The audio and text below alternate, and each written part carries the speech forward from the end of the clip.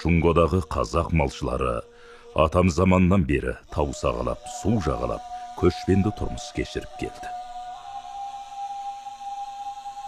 Мемлекетіміз реформа жасап есік ашқаннан кейін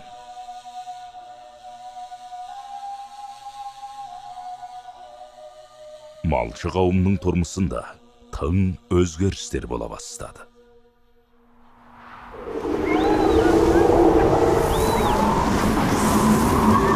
Қыс 1980 жылдардың орта шені.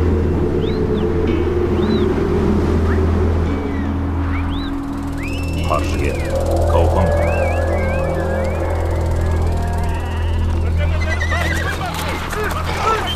Бас жоғалаушы, Кенвин, Жөнхуа. Бас бақылаушы, Жуши, Сисин, Гүлшан Тұрахын, Жаңхун. Тобалаушы, Жаңтайбы, Люге, Әбдігүпір, Әбдес. Бақылаушы, Мұқият Рамазанова, Жөнге. Сценарист, Айша Тәбәрәқызы, Каухан Жол. Оператор жетекшісі, Терілде. Сурет жетекшісі, Мәмет Әбдей. Монтаж жетекшісі, Жаңифән.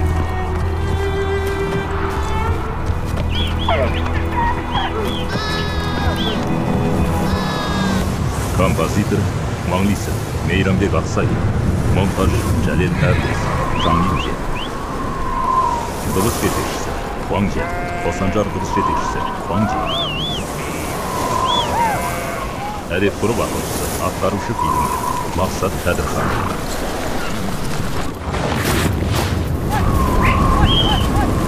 Көркемдік жетекші бас фильмдер Каухан. Басы рөлдер Қайрат Қалымова, Маржан Байтөкенқызы. Ерекше ұсыныс етілген актер Әлімжан Тұрсынбекова. Режиссер Әділшақ Шақрахман, Жолжен. Сендер ана жаққа барыңдар, тез! Қардар мен балаларға жақсы қараңдар!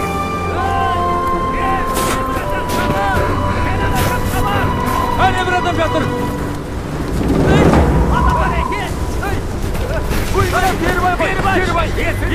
Кербай! Саған не болды?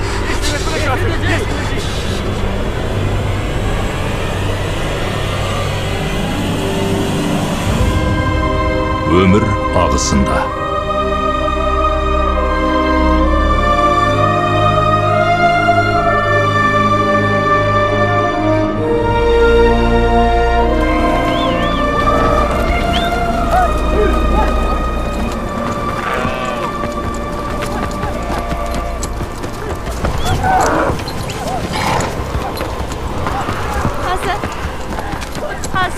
Söylеш?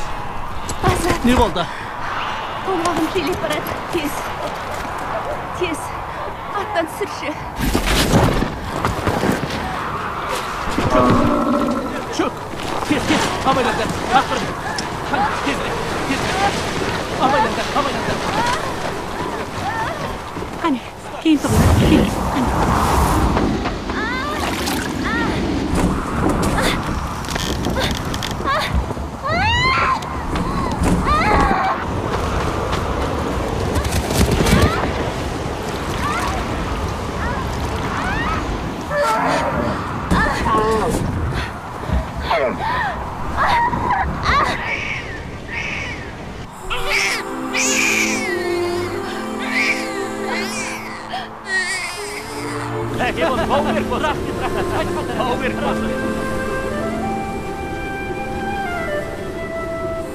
Жылқышы ма, қойшы ма?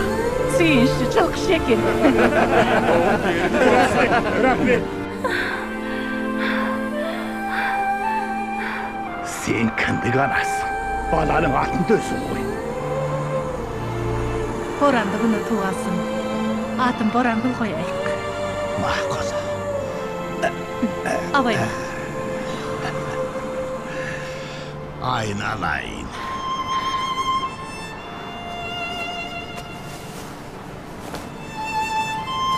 Жүрейік! Жүрейік!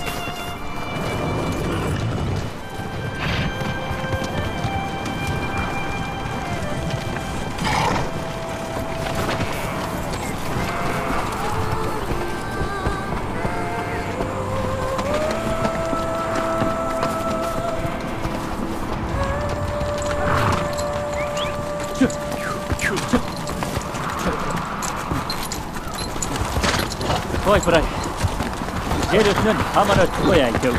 Ие, Құмар ағаның ақылының арқасы ғой. Болмаса күніміз қара еді. Çuy.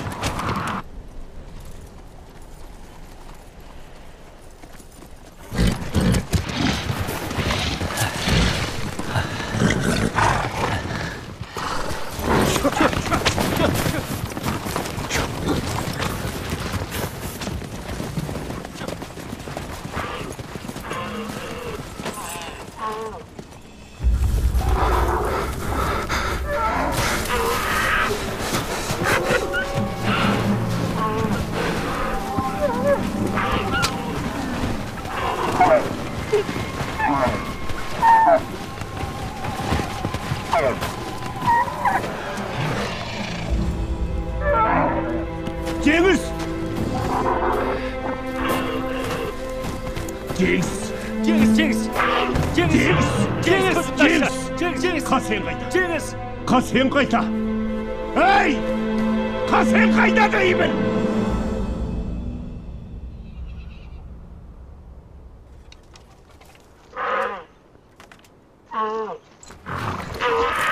Kadıysa, sözümdü tıldaş. Kadıysa, Kasem ikimiz. Bol yoldu talay taptağımız. Sen o ayımdan olaman oraladı. Aman orası kaynaşır. Kayda değil mi? Kayda.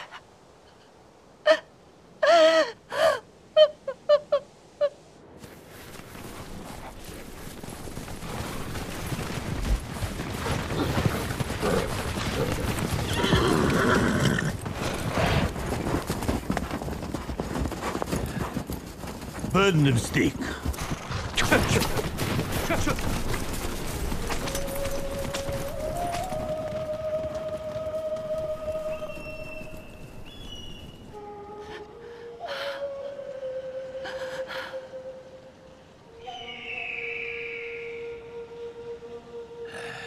İzlemegen çermiş. Tarpayık. 10 işim oldu. Bәріне мен кінәлімін.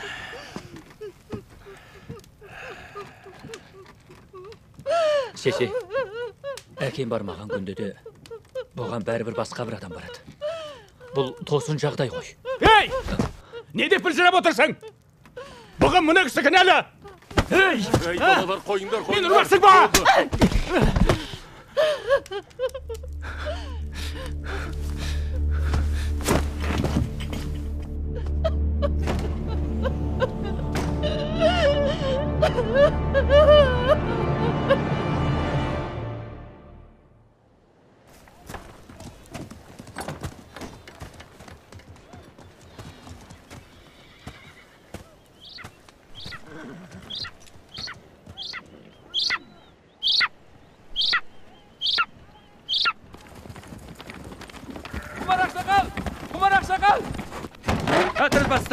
Әтірет бастығы.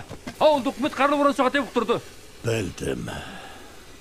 Тарихта сирек кездесетін қарлы боран соғатын сияқты. Балам, әуелі шай ішіп, бойыңды жылтып ал. Рахмет ақсақал, басқа ауылдарға хабарлауым керек. Дереу жөнел. Жарайды. Әке, енді қайтеміз. Сөйлештің мұны таяқ қалды емес пе? Сендерге қарайламаған болсам, жұртты баяғыда көшіріп әкетуші едім. Бірақ бұл... Жолды қаралып қалса, ешқайда қозғала алмаймыз. Шөп те жоқ. Мұны сақылдаған сарайазда мал аштан қырылмай ма? Бар, үлкендерді шақырып кел. Мақұл. Малшылардың назар аударыңыздар. Автономиялы райондық ауа станциясының шұғылықтыру тапсырып алдық. Ертеңнен бастап қарлы боран соғады екен. Алдағы бір аптада ауданымыздың ауа температурасы нөлден төмен 35 центиградқа дейін төмендеп, желгіші 6-да 7 балл, тіпті 8 баллға жетіп, ақмылтық боран соғады екен. Назар аударыңыздар. Бұл жолғы қарлы боран бір шама ұзақ уақыт жалғасады. Bunday жағдай сирек кездеседі. Сондықтан балшы қауымның апатқа қарсы дайындық жұмыстарына ертерек кірісуін талап етеміз. Қарлы боран соғудан ілгері боранды кезеңінен өтіп алайық. Үйлеріңді жығып көшуге қамдандыңдар. Түйелерді қайтеміз. Жеңіс бұл жағдайдан бейхабар Арықтауда жатыр ғой. Рас-ау, Жеңіс бұдан бейхабар ғой.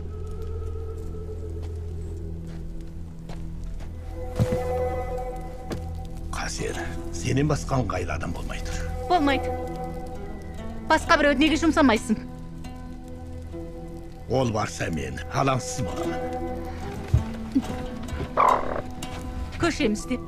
Бәріміз де қызылтанау болып жатырмыз. Жастардың бірін жұмсасақ болмай ма? Жастар көшті бастап соң жинастырады. Қоныс жалады. Мен Қасенге сеніп отырмын.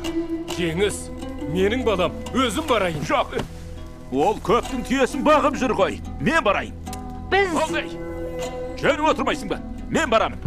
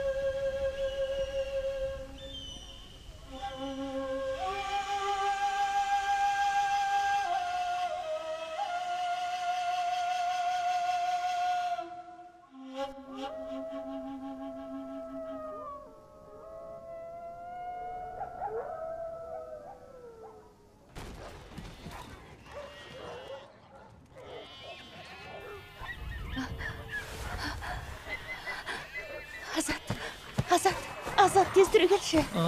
Неге азан-қазан болып кетті? Естіші. Естіші. Ұлым.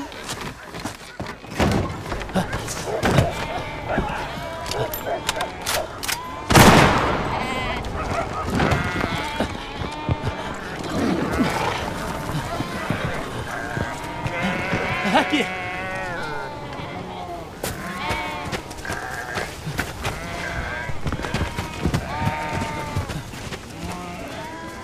Тамақтап кетіпті.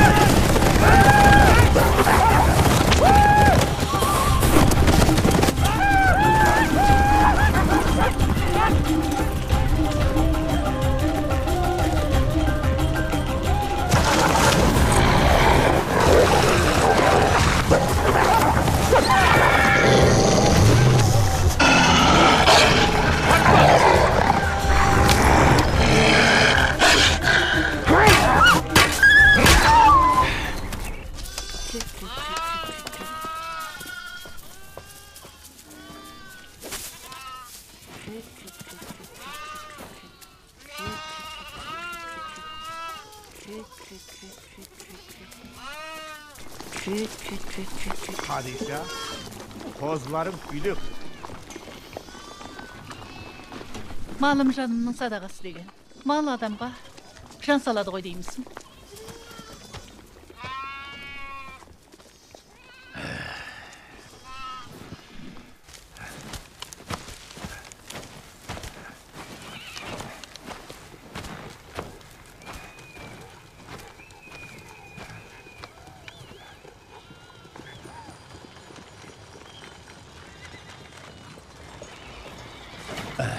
Balam, manalı da Kadişef bayın apartı.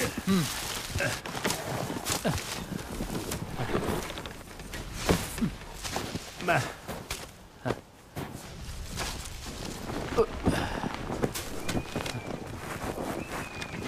Kettim eşe. Bana koy. Çık.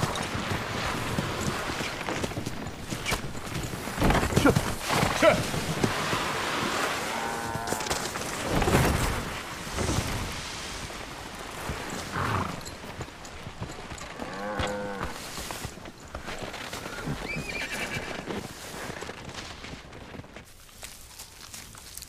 Ağsakal, Oh.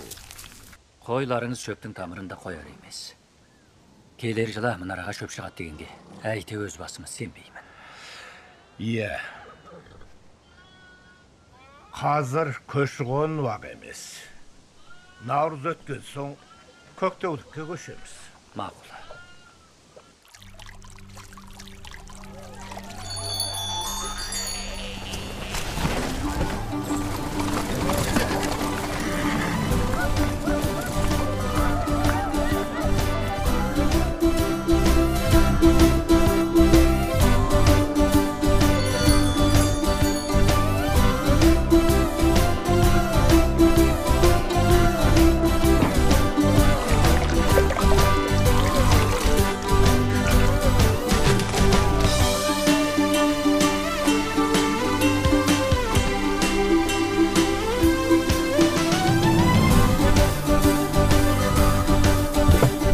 Kalay. Melek stöt görüp Navruz'a salып oturmuz. Жаңа bir yıl bastaldı.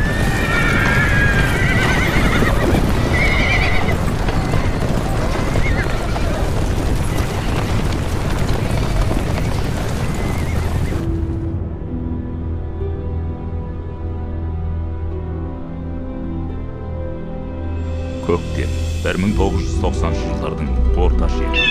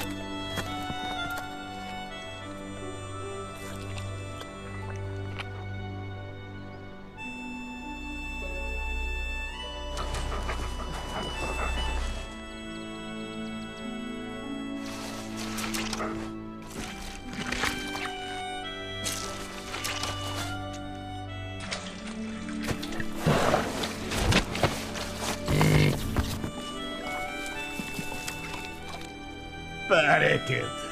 Туып алды.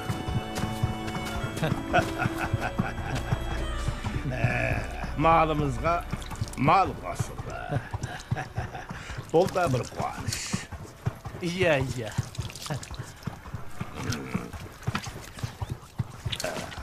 Сиырымыз ғой бұзаулады. Бірақ Қадиша апайдың інгенінің күйі өте нашар екен.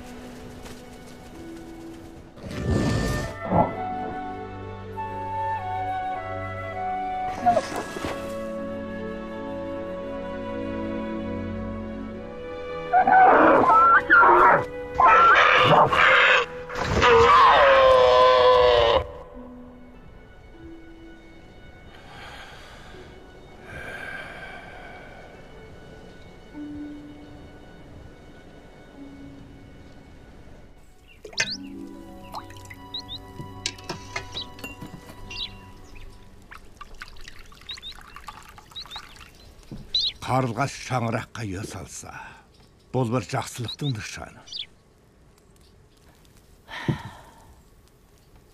Айтасың ғой. Ботасы қалай қатарға қосылар екен.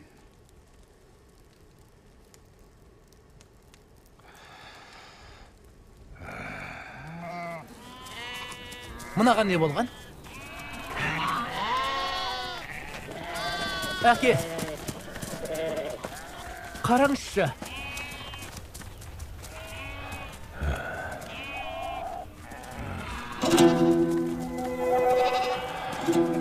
Ешкі отыр деген осы. Тау ешкіден жұғатын індет.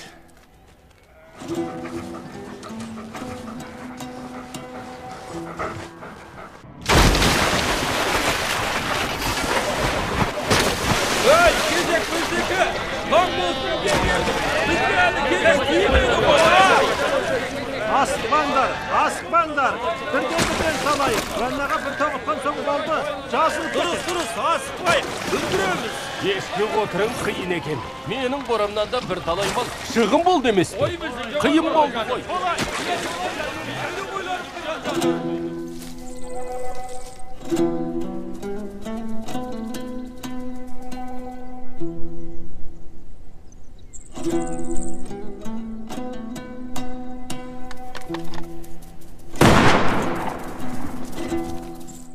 Ауру жұқтырған аңдатуға білмей ма? Мұнысын білмейді екенмін. Емдатпасам болды ғой. Ағай, мылтықты тізінде боламыз. Сосын сақшы бөлімшесіне тапсырамыз. Мұнарға қолыңызды қойыңыз.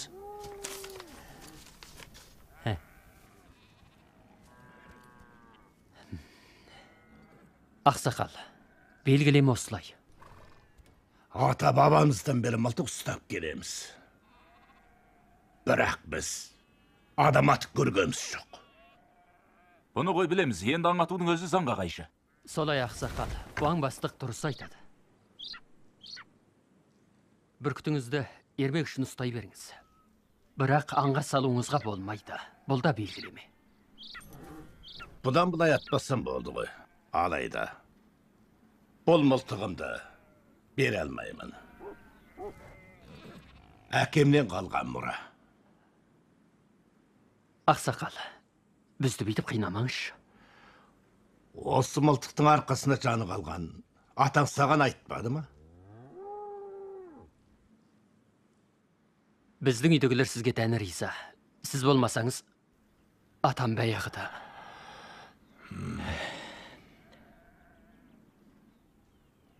Не десеңіз де, біз осы жолы, осы мылтыққа бола келдік. Ақсақал, бұрын өзіңізді әтірет бастығы болғансыз. Елге бастамашы болыңыз.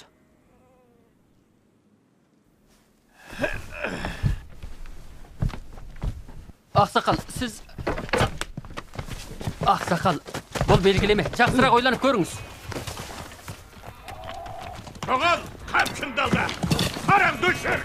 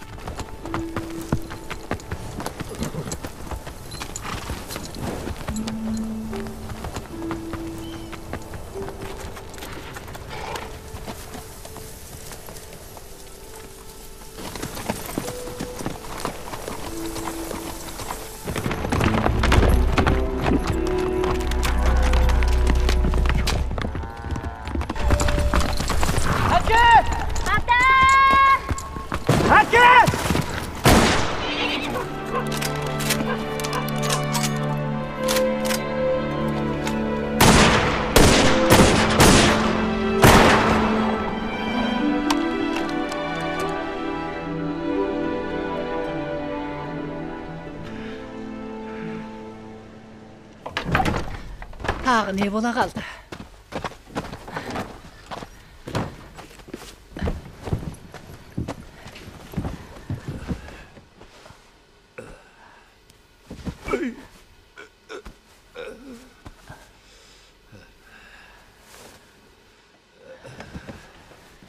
Azıcık o.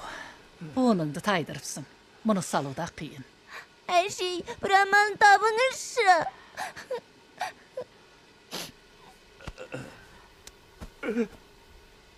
Amaldak bırak. Söyleş, bol dayındalayık. Hani, ayağım mıhtapsızda. Bayağı, tömen qaraytırdı. Sen çoğar, sen tömen. Jarayda, axırına. Hani, küşöp tarttыңдар. Tart.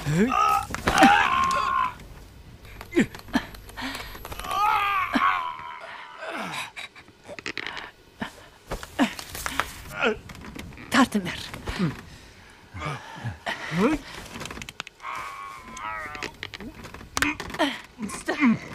Tuzu koyunlar.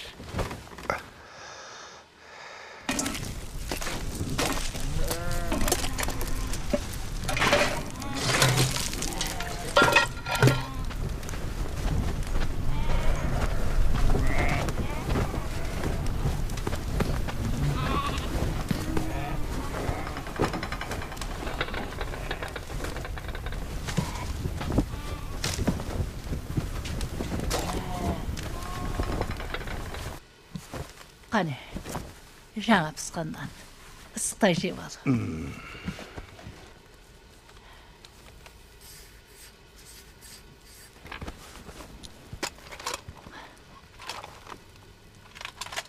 Мылтығыңды былай қойғанда, керек десе бойыңнан жаныңда шығады ғой.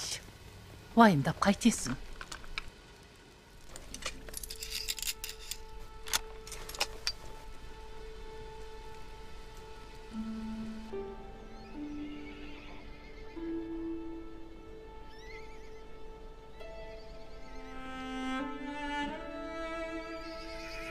Малтығыңды қимай отырсың ба?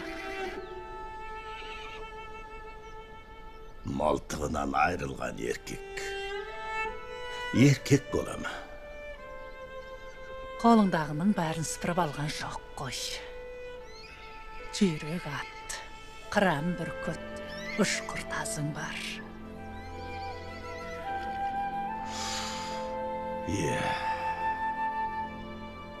Mana iki baladım. Kızım kasen öz gözüme göredim olsa. Tövbesi kökkü setetmedi.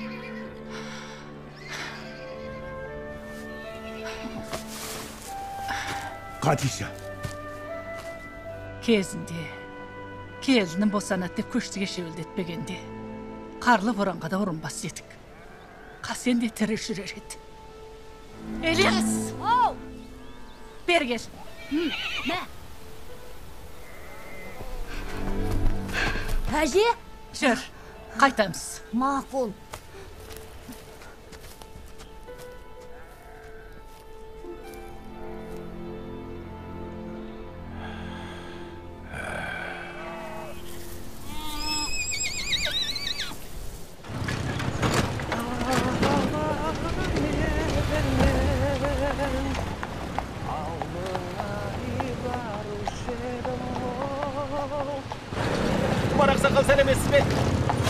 Geçersin.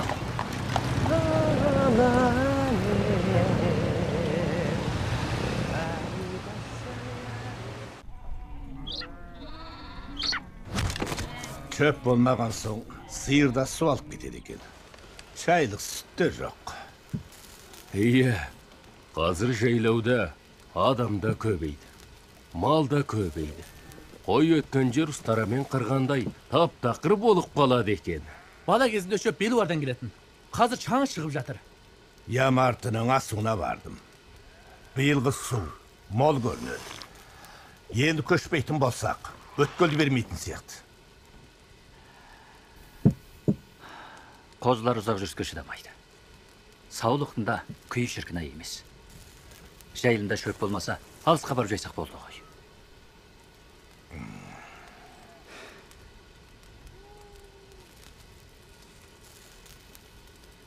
Üç günden keyin köşemiz.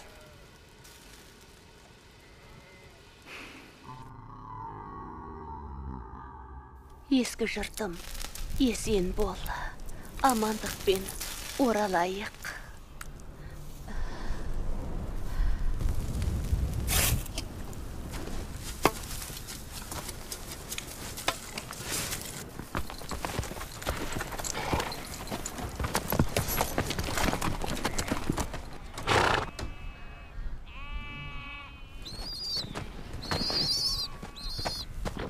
Үйde neге çıkmagansındır? Қалай шығамыз? Olpan, balam kayşına kes. Абайла.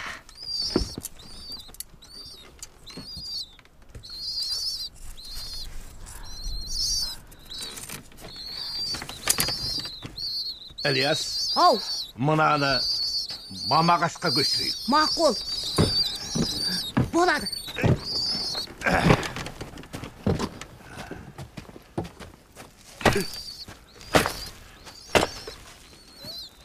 Balam, әкел.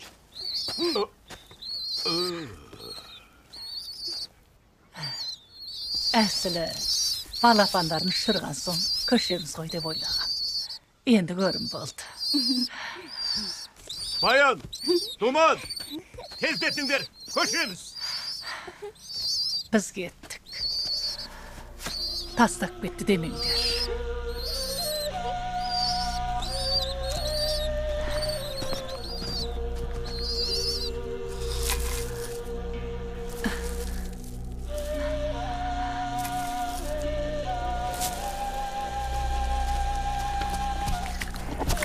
Aytор olғанша аман болыңдар.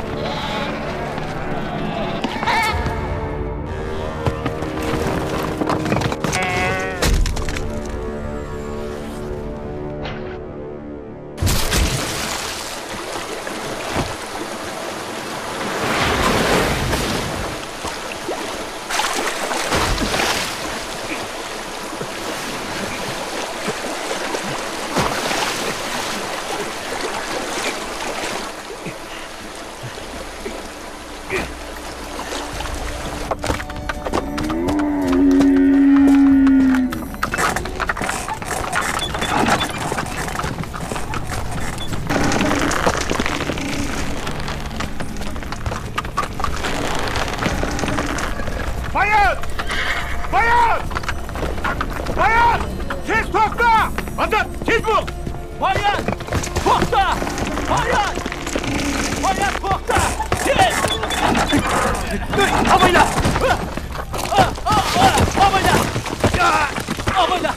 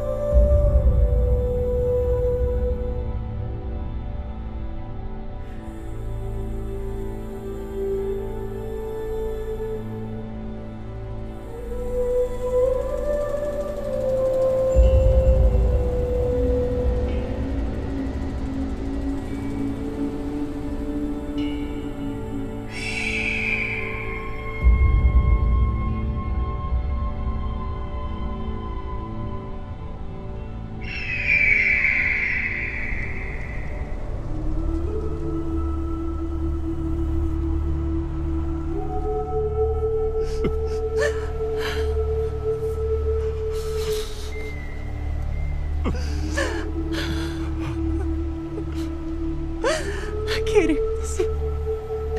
Benim iyi kulum. Kaşandaşım olsun adayın.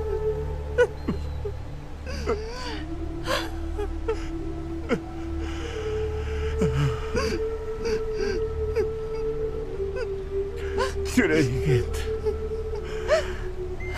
Көшкен ел бізді күтіп отырған шығар.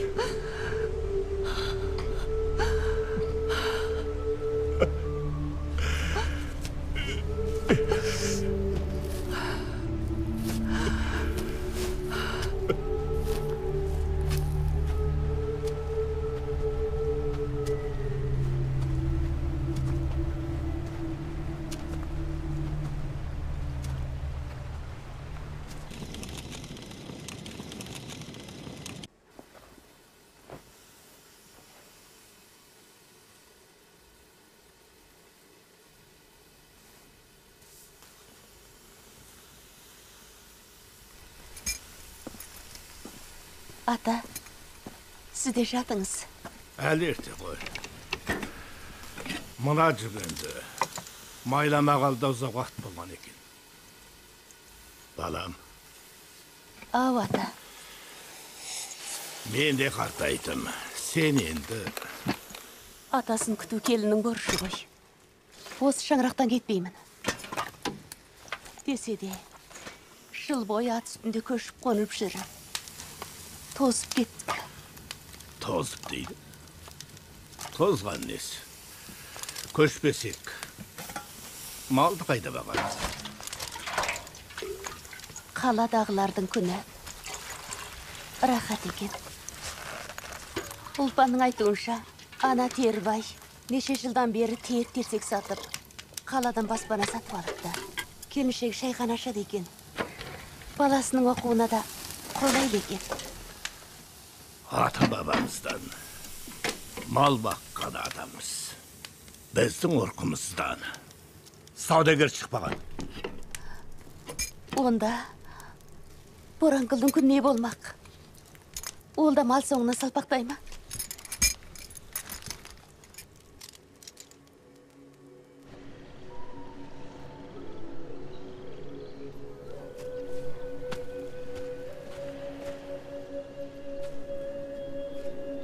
Ата, ертерек демалыңыз.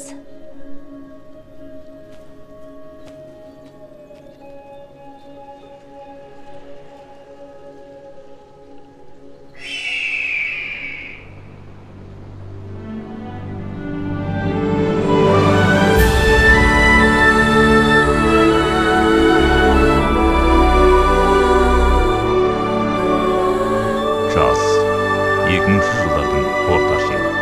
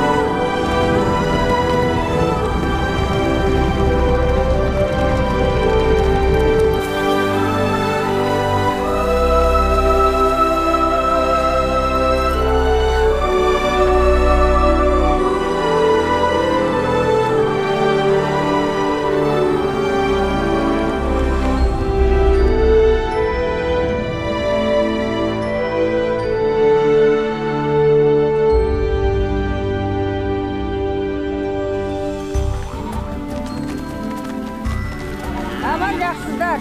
Söylesizler mi? Delğanlar sağ aman geldingizler. Hoş baysaldı olsun. Başsıdaysınız.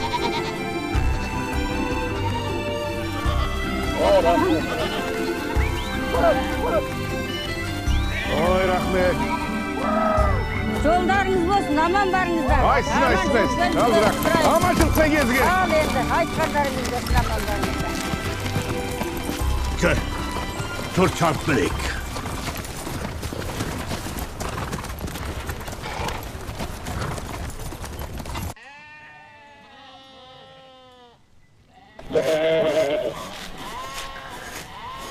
Üç kilo 100 gram eken. Hani kezeksizlik ha. Hani.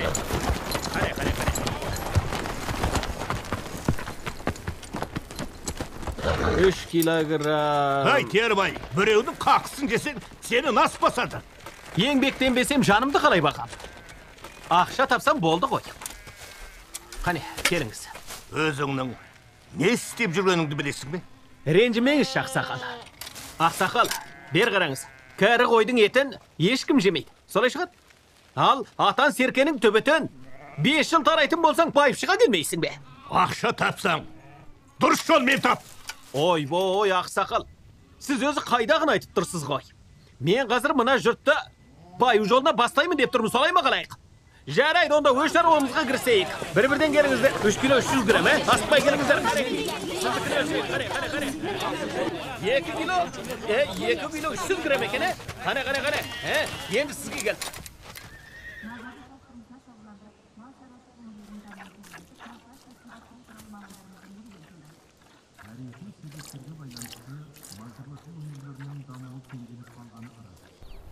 Reforma жасап, есік ашқалы еліміздің экономикалық қуаты недәуір артты. Біз енді мал шаруашылық өңірлерінің құрылысын жеделдетіп, әдеде мал шаруашылығымен шұғылданып отырған Тамақ дайын болды. Шаруаңызды сосын істеңіз. тәжік малшыларына Мақұл. бір бөлімін отырақтануға қажет. Бұл малшы қауымның тұрмысын Bugün Borangül de geldi. Biz sonu toylayız. Akal güller ayın, günden ayın, kuşlara kanadın çok yığılayın. Akıllı ağız ayın, endim ayın, jas devrin şalkır şatkan aydındayın. Aslınan aldırın, şıkkanda olsun cisikin kulağına kalkataydı. Ahal güller ayın, günden ayın, kuşlarga kanadın çok yığılayın. Апай, қызым жоғары мектепке қабылданды. Бейжіңге баратын болыпты ғой. Жақсы болды. Kanadın çok yığılayın.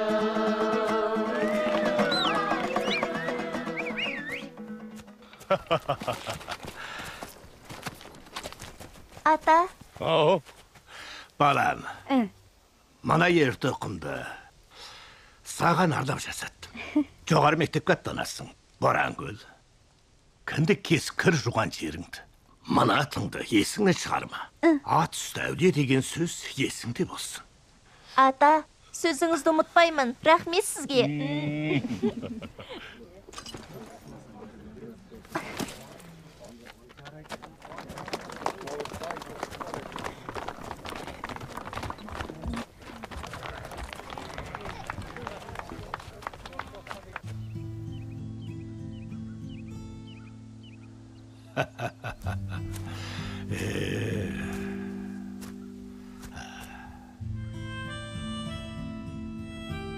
Ілиясқа кеткен болды ғой. Көзді ашып жұмғанша екеу де есейді. Борангүл мен Ілияс бірін-бір ұнатып қалса жақсы болар еді.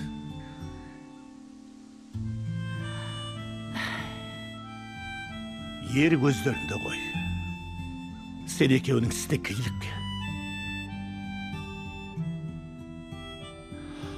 Қасені қазасына бола. Meni қашанға дейін кінәлайсың, Қадиша?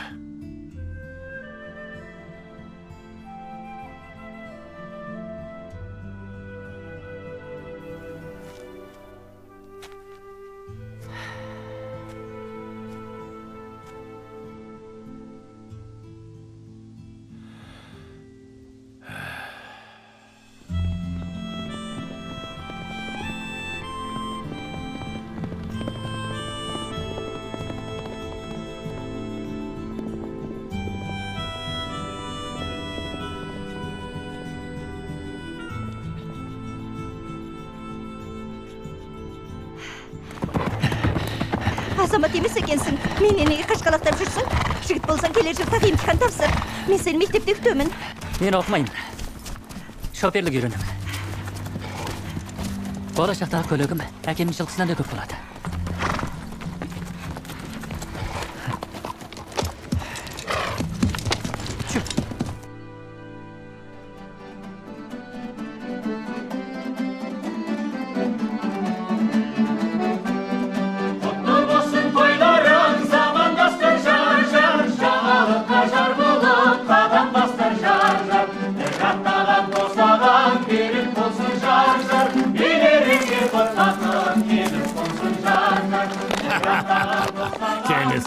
Gelir жылы ата баратын болдым, Айтқаны өзгерсен.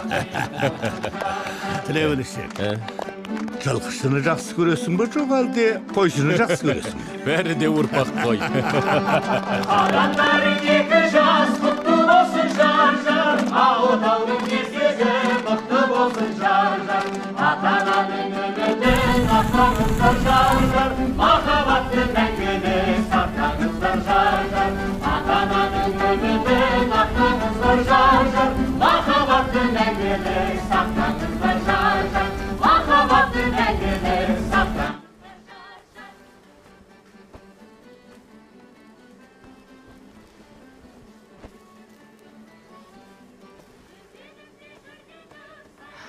Жігерді ұйықтат.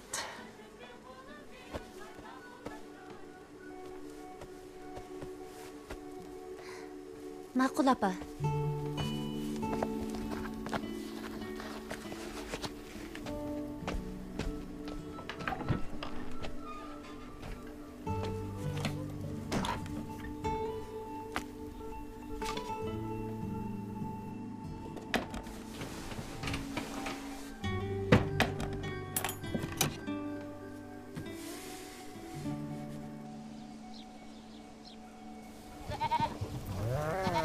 Байқадың ба? Ілес Боранқұлды ұнататын сияқты. Қыз бала деген ананың қолқа жүрегі ғой. Мен оны қайдан байқамайын. Енді бір айдан соң Боранқұл оқуға аттанады. Шынымды айтсам қимай тұрмын. Сейше Боранқұл енді қайтып орала ма? Азат көзі тірісінде. Дала тірлігі жақсы. Бірақ баланың бағын байлауға болмайды деп айтып отыратын.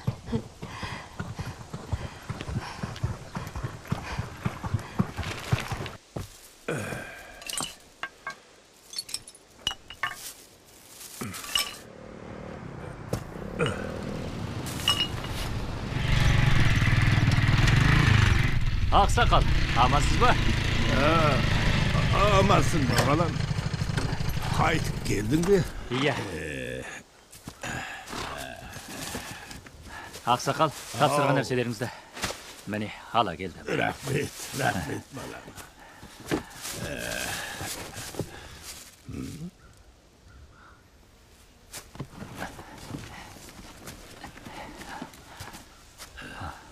Ей! Сендер не қылған адамсыңдар? Қазбаңдар! Жоғалыңдар!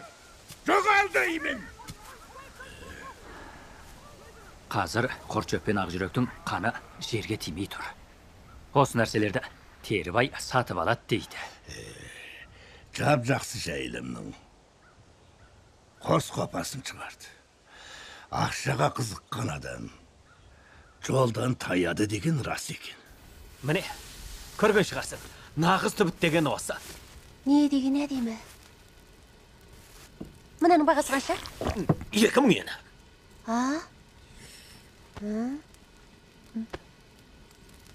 Сонда бір ешкінің түбіті бір жылда қанша ақшаға жарайды? Кемінде 400 yen болады. 400 yuan? Ей, түбітті былай қойғанда, әлгі Құрчөп, Ақжүрек, Бұғымүйізі дегендердің бәрін алам. Қанша болса, сонша алам. Мына ешкі түлігінің өне бой түгел асыл ғой. Мұны ауылдағылардың бәрі түсінбейді. Сарнай бермей, жолыңа түс. Жеңіші. Шеше. Табаныңды жалтыра. Жеңіші, сіздің мұныңыз. Шеше. Кет дедім ғой. Emre, bunu özüm de bilesiniz. Ешкі өсіретін адам табылады. Басқалар байып кетсе, көздерің қызармаса болды. Жоғал көзімнен! Мені қуанадыңыз ғой, Түгін тартсаң майы шығады мынандай жерде. Ешкі өсірем екен. Думан, бізде ешкі өсірейікші. Төбетін сатса, көп ақша болады екен ғой. Шеше мақұл болмайды.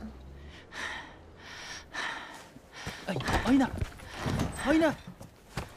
Ешкі өсірейік десем, оған көнбейсің. Жеңгем шақырса, оған да бармайсың. Сені сірә не білген ойың бар? Айна, шеше бесік балады. Болды қойшы. Осы жоқшылық тұрмыстан әптемесі болдым ғой. Болмаса ажырасып кетейін.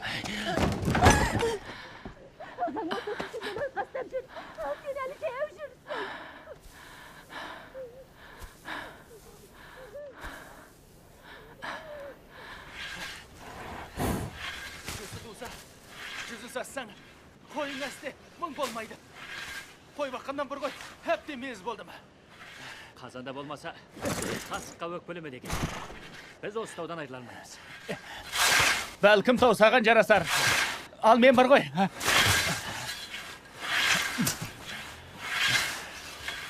Айнын аламда ойға көшіп кетем.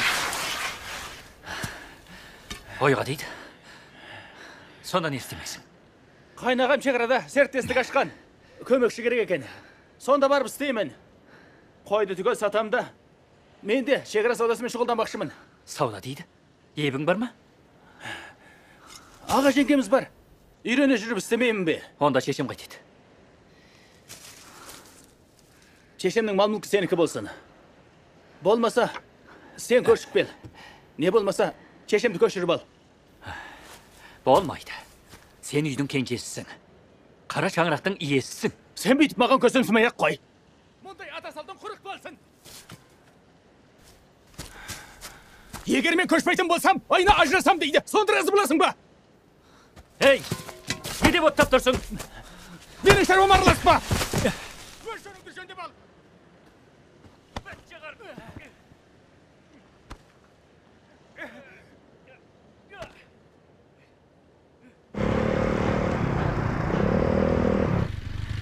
Құмарау, ақылдан тарығып, өзіңді іздеп келдім.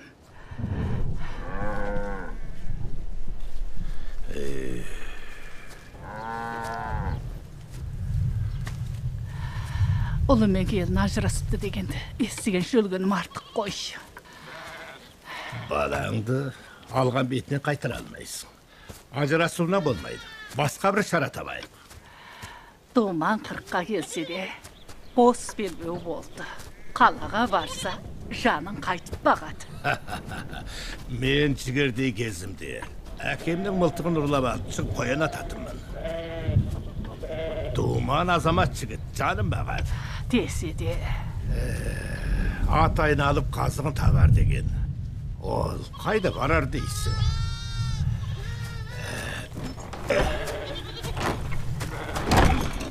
Жүр, асықпай кеңесейік.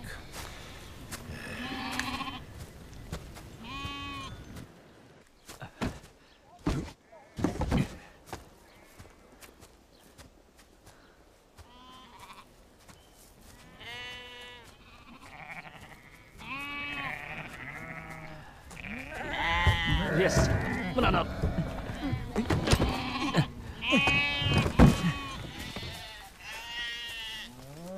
Шеше. Айналай.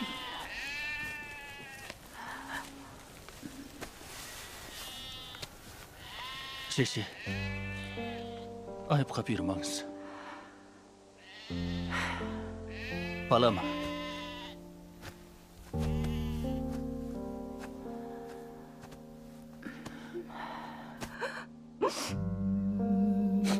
Балама. Әке, қайтып келесіздер ме?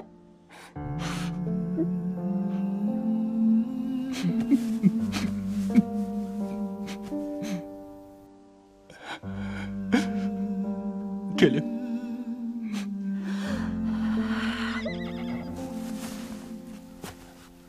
Шеше, мен жүрейін. Денсаулығыңызға көңіл бөліңіз.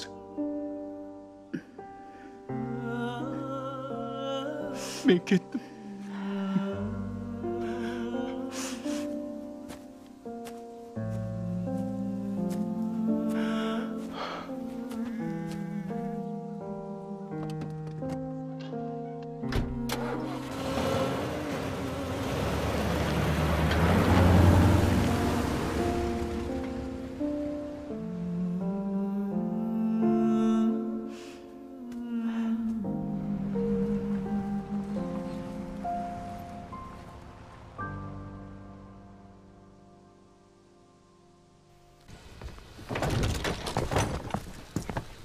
Ақсақал, бізді іздедіңіз бе? Иә.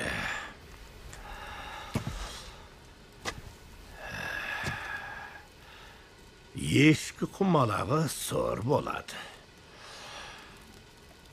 Жайлымды күйдіреді. Тербай осалдың баласы ғой. Соған ақылайсақ па деп еді. Дұрыс. Болды. Енді айта берме. Әпті емес болды. Енді менде жұмыстарың болмасын. Ай! Қойш болды. Тыңдамай. Ай, Тербай! Ай!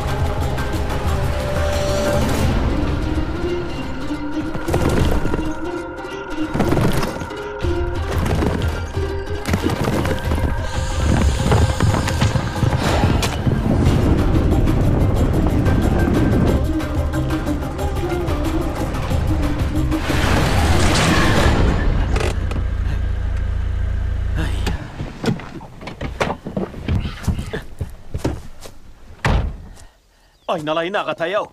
Сізге не қылдым мен? Менің сонда не жазығым бар?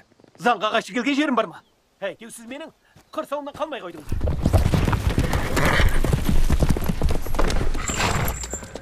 Тербай, мен саған айтып қояйын. Бүгін сөздің басына шыбалайық. Әйтпесе кетпейсің.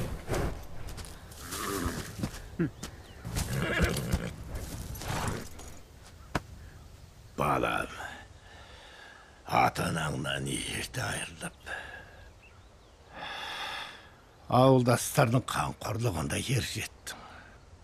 Үкімет пен ауылдастарың қораңа мал салып берді. Осы елдің арқасында басыңа үй тігіп, бауырыңа қазан астың. Енді мына ауылдастарыңа ұят істеме. Ана жылғы қарлы боран есіңде ме? Ауылдан кадрлар құтқармаса, өстіп жер басып жүрер ме едім? Жақсырақ ойлан, балам.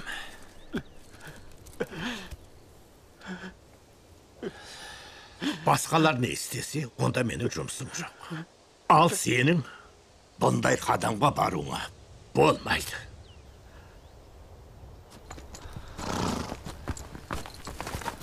Тербай. Кетші яры!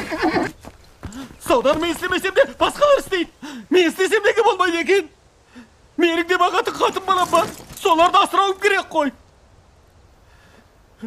Маған бәрі бір.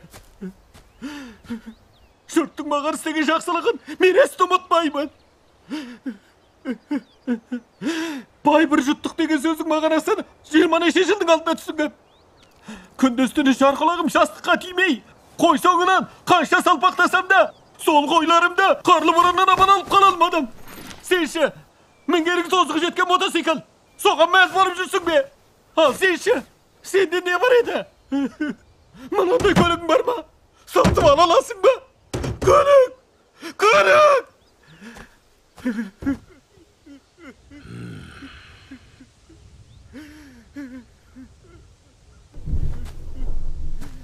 沈阳多云20到29度，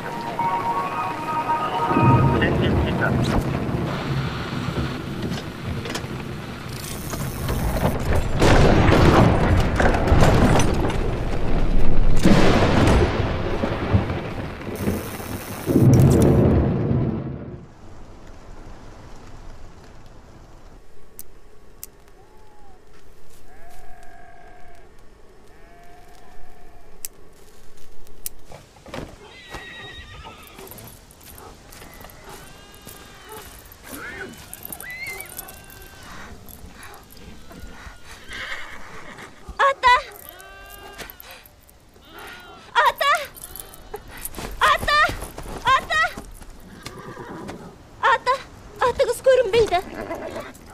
Söylеш, ата. ерте оқында кел. Қайда барасыз, ата? Жылқы деген жаны бар. Боранда ығып кетеді. Бірақ ұзақ кетпейді. Ат дертте. Иә. Ата, мен де барамын.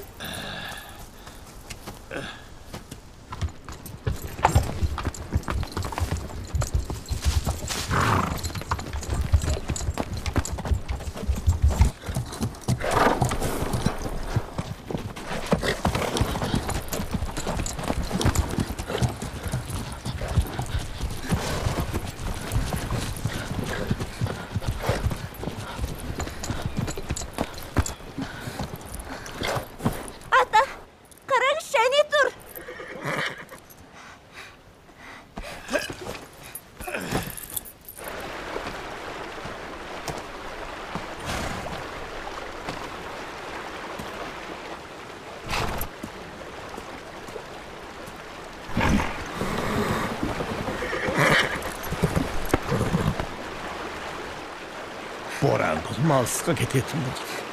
Жаны бар. Sen de beni tastak etmedin. Gel. Köşemiz. Kaytayık.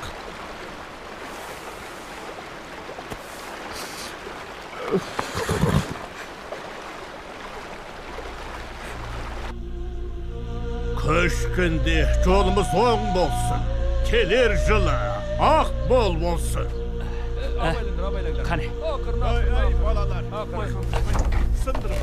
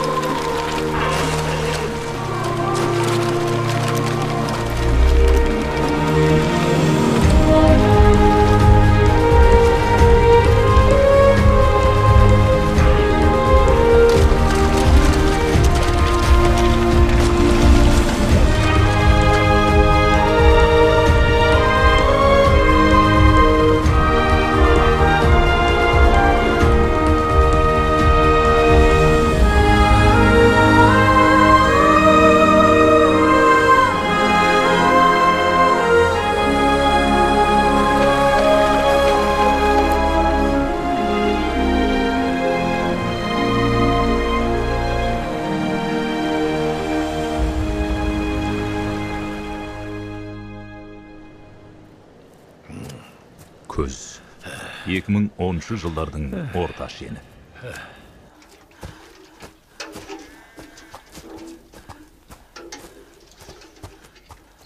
Қазір қай заман? Осы кезде кім қи жағады?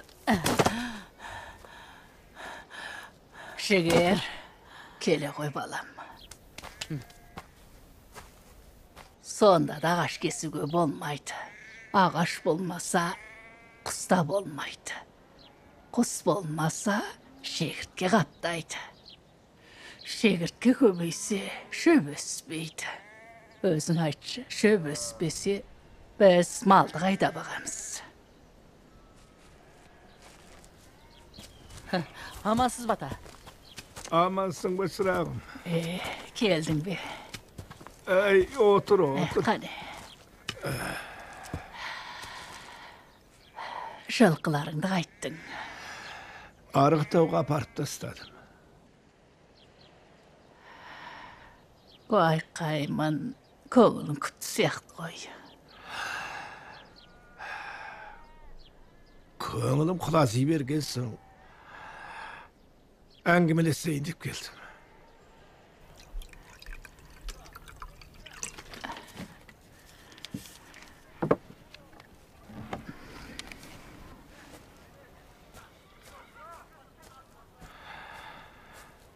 Енді міне қамызды да сатып ішетін болдық ба.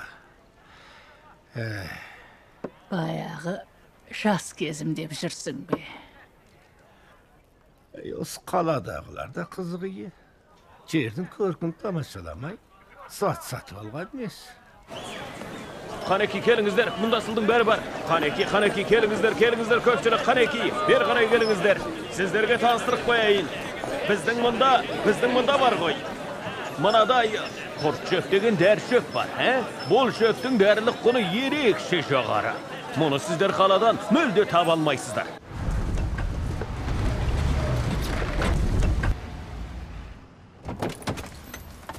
Ата, әже. Сіздер мұнда екенсіздер ғой.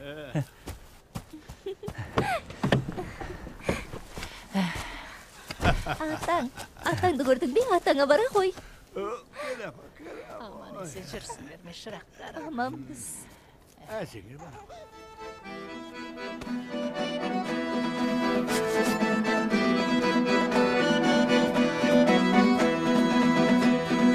Şimdi kala kesin toy, tutsan kesilsin bir toy. Ay şırgın ay, toda düşsün sırga salı bir taşarım ay. Aldı bakala yastında solu boycetti, kız bozkala dik babanı elinden öpüp girmekte. Şimdi kala kesin toy, tutsan kesilsin bir toy. Ay şırgın ay, toda düşsün sırga.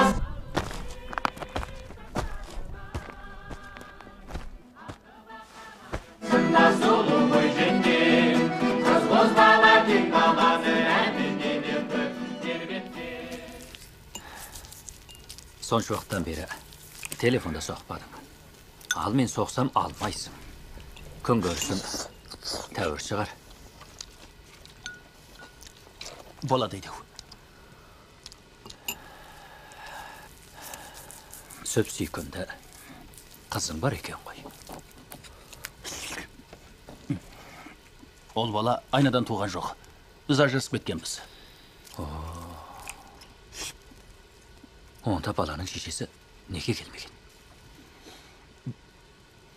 Ол екеуміз де ажырасып кеттік. Сен өзі не деп отырсың? Махаббат. Маған келгенде алдам желес болды ғой. Tағы ажырасып кетіпті. Ол бала кішкентайынан әкесі екеумізді алаңдата беруші еді. Өткенде көз көріп құлақ естімеген істер. Енді өзі ауылымыздан табылатын болды ғой.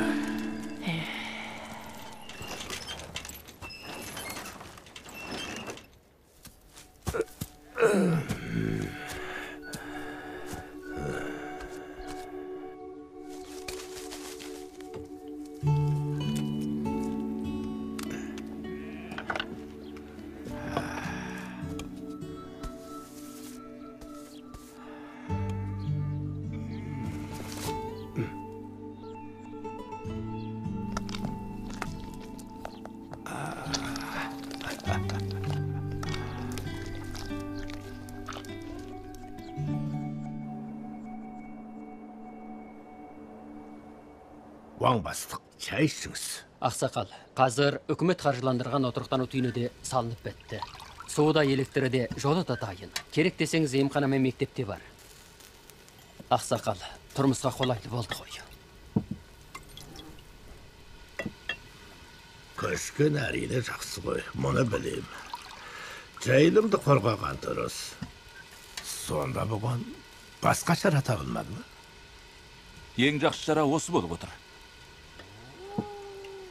Енді бұдан бұлай көші-қон азабынан құтылатын боласыз. Біздің қазақтар көшеден жалықпайды. Егер көшпесемші. Ақсақал, сіздің көңіл күйіңізді түсініп отырмын. Отырықты тұрмысқа көндігу үшін бұған да белгілі бір барыс керек болатыны табиғи ғой. Айтқаныңа болайын. Күнделікті хабарларды мен де көріп отырмын.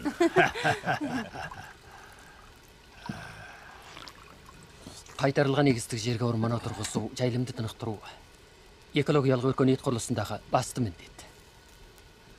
Жайлау көркін қалпына келтіру үшін қанша қиындық болса да сөзсіз жеңуіміз керек.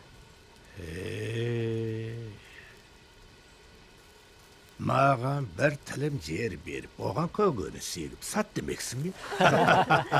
Ата, біздің жаңа қоныстағы әр отбасында 160 шаршы метрлік қой қора мен 90 шаршы метрлік сиыр қора бар. Әр отбасына тиесілі 100 мудан артық шабындық бар. Мал сатуға бірлеспе кооператив міндетті. Алаңдамаңызшы.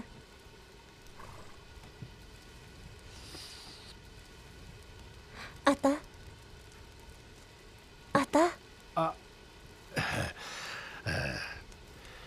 Жоғары мектеп бітірген сенде, қыстақ қызметіне төселіпсің.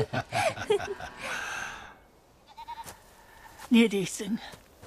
Соңғы рет көшеміз бе? Иә, бұл ең соңғы көш. Осы жол бөктерге түскен соң тұрақтап қаламыз.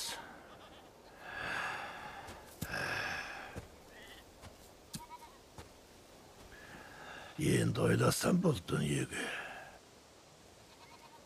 менің де қажетім қалмағандай. Олай деме. Біз де қартайдық. Өзгеріс деген қас қаққанша болады екен. Ата!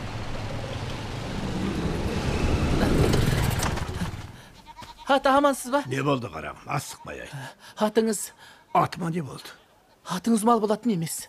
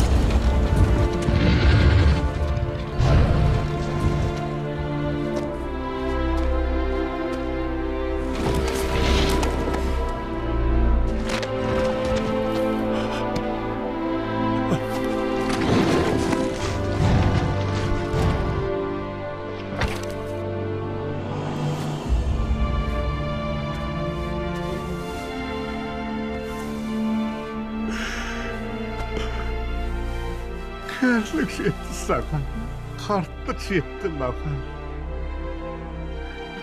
Енді өз тұрағымды тап. Маған талай жыл серік болды.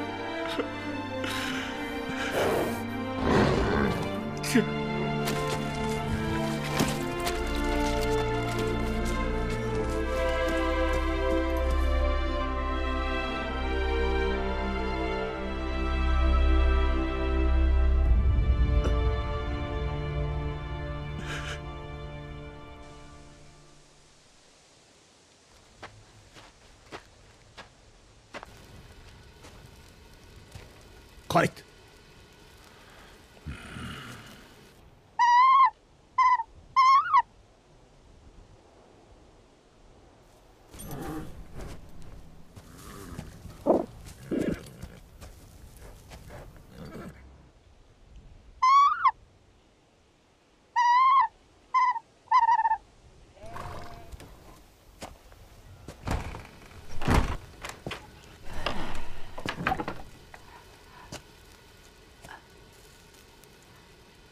Үркітіңе жем бермегеніңе бірнеше күн болды ғой.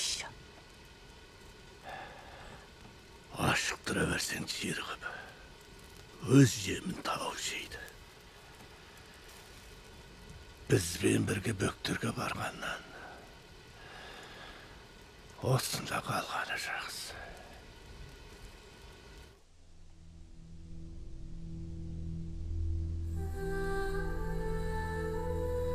Қыраныма дем бермей ашықтырды деп мені кінәлама.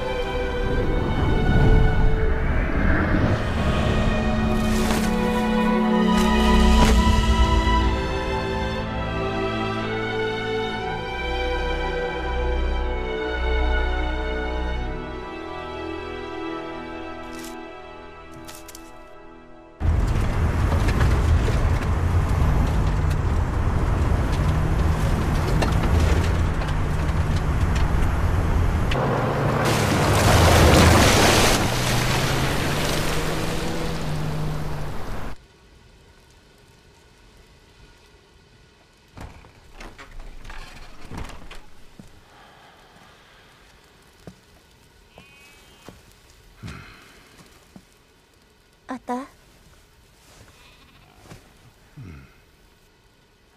Ата. Азырақ тамақ ішіңіз. Сіздің нар татпағаныңызға міне 2 күн болды ғой.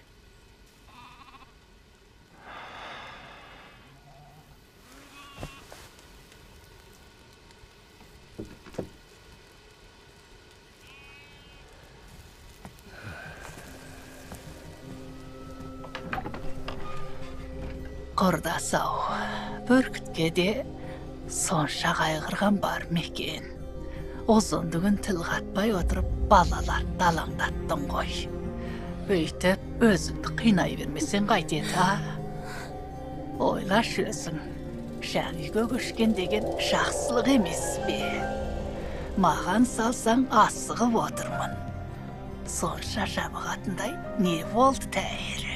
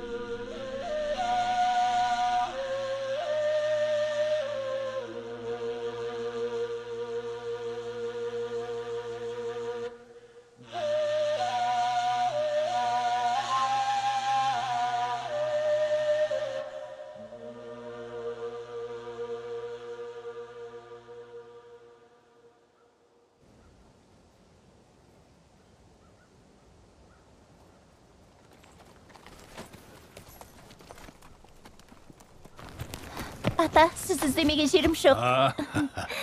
Ертең көшетін болған соң бой жасып келейін деп. Ата, ендігі тұрмысымыз жақсы болады. Алаңдамаңыз. Солай құлым.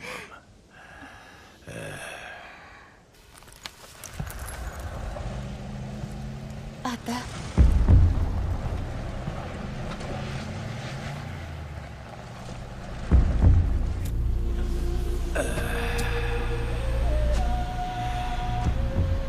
Енді жаңа үйге көшеміз.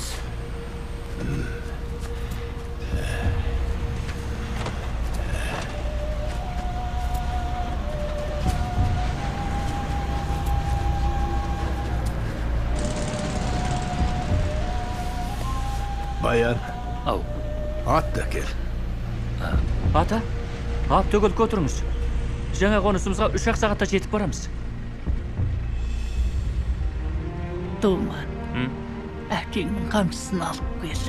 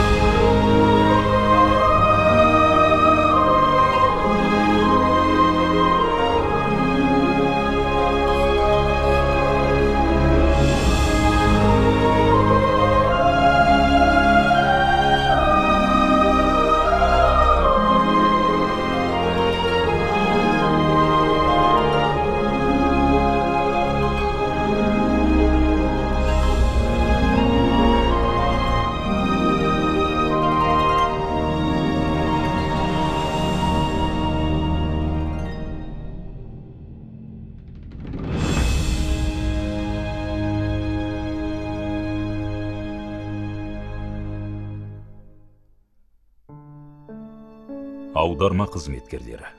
Аударған Жеңіс Жиынханұлы. Редакторы Жеңіс Қабдешұлы. Аударма меңгерушісі Нұрметжан Кәмілжанұлы. Дыбыс режиссері Гүлдана Қалибекқызы. Дыбыс бергендер: Қайрат Ғалымұлы, Алмира Қамзақызы, Сейілқан Сәкенұлы, Зураш Мырзабекқызы, Әділ Мәңкейұлы, Серғазы Төлеуханұлы, Елжан Ардыханұлы, Бәйтолла Нәбидоллаұлы, Мерей Қапсалұлы, Алтынқан Сайдылқызы, Түйсен Қажиұлы, Сәрсенбек Сейтқазұлы, Берік Сүлейбекұлы, Жігер Нәбиұлы, Нұрсағат Сапарқызы, Гүлзиқан Бәйтікқызы, Гүлдана Қалибекқызы, Изат Сүлейменұлы. Дыбыс меңгерушілері: Ғалымқан Бейсенбайұлы, Алмира Қамзақызы. Дыбыс жазған: Бекзат Тоқанұлы, Айқын Әбдірахманұлы, Сайра Шапиққызы.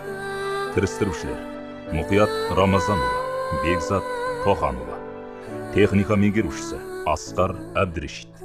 Фильм қызметкері: Бақыт Бақашқызы. Фильм тексерушілері: Серік Балшатұлы, Жеңіс Шайықұлы, Жеңіс Қабдешұлы. Фильм меңгерушілері: Жеңіс Қабдешұлы, Тұрангүл Әмет. Бақылаушы: Акбар Әбілмейт. Бас бақылаушы: Әнуар Мамыт. Шинжаң радио кино телевизия аударма орталығы аударып жасады.